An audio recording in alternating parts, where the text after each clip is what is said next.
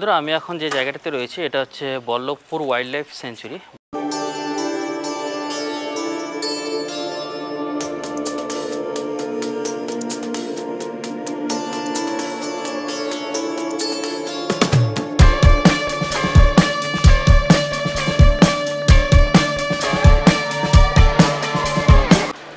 বন্ধুরা আমি এখন যে জায়গাটাতে রয়েছি এটা হচ্ছে বল্লভপুর ওয়াইল্ড লাইফ সেঞ্চুরি বা আপনারা এটাকে ডিয়ার পার্কও বলতে পারেন।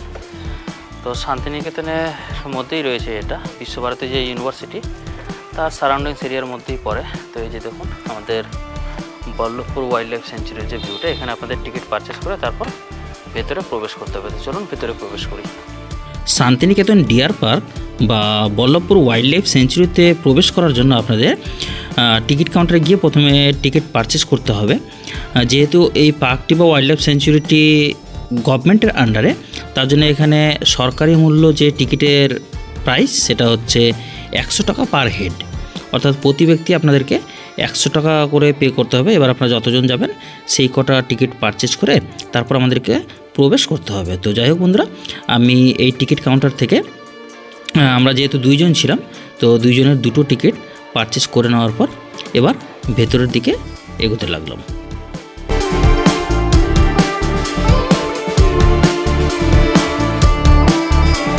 ওয়াইল্ড লাইফ সেঞ্চুরির ভেতরে প্রবেশ করার সময় আপনাদের একজন টিকিট চেকার রয়েছে, ওনাকে টিকিটটি চেক করিয়ে তারপর আপনাদেরকে ভেতরে প্রবেশ করতে হবে। তো বন্ধুরা, ভিতরে প্রবেশ করার সাথে সাথেই কিন্তু আপনারা একদম গেটের সামনেই পেয়ে যাবেন একটা বোর্ড, যেখানে welcome to Ballabhpur wildlife sanctuary লেখা রয়েছে।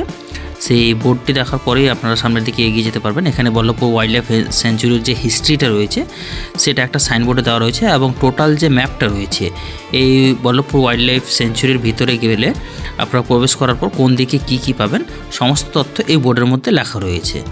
এবং প্রবেশ পথেই আপনারা একটা ফ্লাওয়ার গার্ডেন পেয়ে যাবেন। এখানে দেখুন খুব সুন্দর সুন্দর যে গাঁদা ফুল, গোলাপ ফুল, এমনকি সূর্যমুখী ফুল, অনেক ধরনের ফুলই রয়েছে। একটা সুন্দর গার্ডেনের মতো তৈরি করা হয়েছে। এবার বন্ধুরা আমরা চলে যাব ওয়াইল্ড লাইফ সেঞ্চুরির ভেতরে।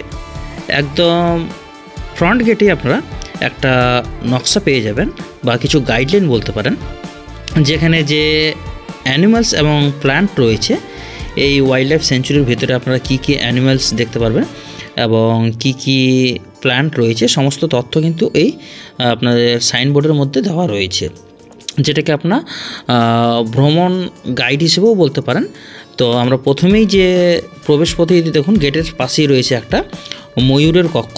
এখানে যদিও বেশি সংখ্যক ময়ূর নেই, আমি যেদিনকে গিয়েছিলাম কেবলমাত্র একটা ময়ূরই ছিল। তো এটাকে দেখার পর আমরা আরও ভিতরে কি রয়েছে তার সেই চার্টটাকে বিস্তারিতভাবে দেখে নিলাম। অফিসিয়াল অ্যানিমেলস রয়েছে এখানে বন্ধুরা। এরপরেই আমি এগিয়ে চললাম অ্যাকোয়াটিক ইকোসিস্টেম পরিদর্শন করার জন্য। এখানে দেখুন অ্যাকোয়াটিক ইকোসিস্টেম একটি আর্টিফিশিয়ালভাবে তৈরি করা হয়েছে, যার মধ্যে আমাদের যে জলজ বাস্তুতন্ত্র রয়েছে তার মধ্যে ডিফারেন্ট টাইপস অফ যে প্রাণীগুলো রয়েছে সেগুলো কিভাবে বসবাস করে তার একটা সামগ্রিক চিত্র তুলে ধরা হয়েছে। তো এই বল্লভপুর ওয়াইল্ড লাইফ সেঞ্চুরির যে অ্যাকোয়াটিক ইকোসিস্টেম ছিল তার মধ্যে বিশেষ কিছু প্রাণী না থাকলেও কেবলমাত্র গুটি কয়েক মাছ এবং খুব বেশি একটা হয়তো কচ্ছপ, এইটুকু দিয়েই একটা জলজ বাস্তুতন্ত্রের যে কৃত্রিম চিত্র সেটাকে তুলে ধরা হয়েছে এই ওয়াইল্ড লাইফ সেঞ্চুরির মধ্যে। তো যাই হোক বন্ধুরা, তার পাশে আপনারা ছোট্ট একটা সেলফি পয়েন্ট পেয়ে যাবেন, যেটি ক্ষুদ্র ওয়াচ টাওয়ারও বলতে পারেন। সেখানে আপনারা চাইলে কিছু ছবি তুলে নেওয়ার পর এবার একটু সামনের দিকে এগিয়ে যেতে পারবেন। তো বন্ধুরা এবার আমরা একটু সামনে এগিয়ে চললাম। এখানে দেখুন চারিদিকে শুধু গাছ এবং গাছ, যেহেতু ওয়াইল্ড লাইফ সেঞ্চুরি তাই সেখানে গাছ হওয়াটা স্বাভাবিক ব্যাপার। এবং তার ঠিক পাশেই আপনারা পেয়ে যাবেন হরিণ, ডিফারেন্ট টাইপস অফ হরিণ। যেহেতু এই বল্লভপুর ওয়াইল্ড লাইফ সেঞ্চুরির আরেকটা নামও রয়েছে ডিয়ার পার্ক, তাই এখানে হরিণ থাকাটা স্বাভাবিক ব্যাপার। তো যাই হোক, যেখানে হরিণগুলোকে সংরক্ষণ করে রাখা ছিল এই নেটের বা বর্ডার যেটাকে বলতে পারেন, এর ভিতরে প্রবেশ করা নিষেধ, তাই বাইরে থেকেই যেটুকু হয় সেই হরিণগুলোকে ক্যাপচার করে এবার আমরা চললাম একটু ভেতরের দিকে। সামনের দিকে যদিও কিছু ডিয়ার রয়েছে, ভিতরে মেইনলি এটা চারিদিকে ফরেস্টই দেখতে পাচ্ছি।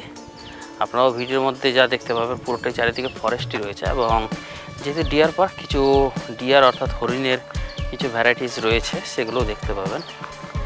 এই যে দেখুন, এখানে চারিদিকে কিন্তু পুরো ফরেস্ট, চারিদিকে গাছপালায় ভর্তি, এবং এই সাইডে হালকা একটা ক্যানেল রয়েছে। বন্ধুরা, এই ওয়াইল্ড লাইফ সেঞ্চুরির আরেকটু ভিতরে প্রবেশ করলে আপনারা দুটো বড় বড় ওয়াচ টাওয়ার দেখতে পারবেন। এই ওয়াচ টাওয়ারগুলি মূলত হচ্ছে সেখান থেকে দাঁড়িয়ে টোটাল যে বল্লভপুর ওয়াইল্ড লাইফ সেঞ্চুরিটা, তার যে ন্যাচারাল বিউটিটা সেটাকে ফিল করার জন্য। তো যাই হোক বন্ধুরা, বল্লভপুর ওয়াইল্ড লাইফ সেঞ্চুরির ভিতরে প্রবেশ করেছি এবং ওয়াচ টাওয়ারে উঠবো না তা কী করা হয়।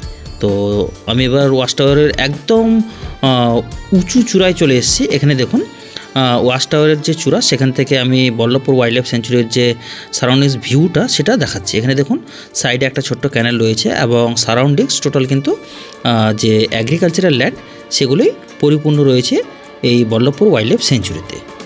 সো বন্ধুরা, আমাদের এই যে ডিয়ার পার্কের যে যাত্রাটা এখানেই সমাপ্ত হচ্ছে। ডিয়ার পার্কের ভিতরে হরিণ, ময়ূর এবং ন্যাচারাল যে সিনারিগুলো ছিল সবকটাই কম বেশি আপনাদের সাথে শেয়ার করলাম। বল্লভপুর ওয়াইল্ড লাইফ সেঞ্চুরি অর্থাৎ বোলপুর শান্তিনিকেতন ডিয়ার পার্কের আজকের এই ভিডিওটি আপনাদের কেমন লেগেছে অবশ্যই কমেন্ট বক্সে জানিয়ে যাবেন, এবং ভিডিওটি যদি ভালো লেগে থাকে অবশ্যই বন্ধুদের সাথে শেয়ার করবেন। ধন্যবাদ।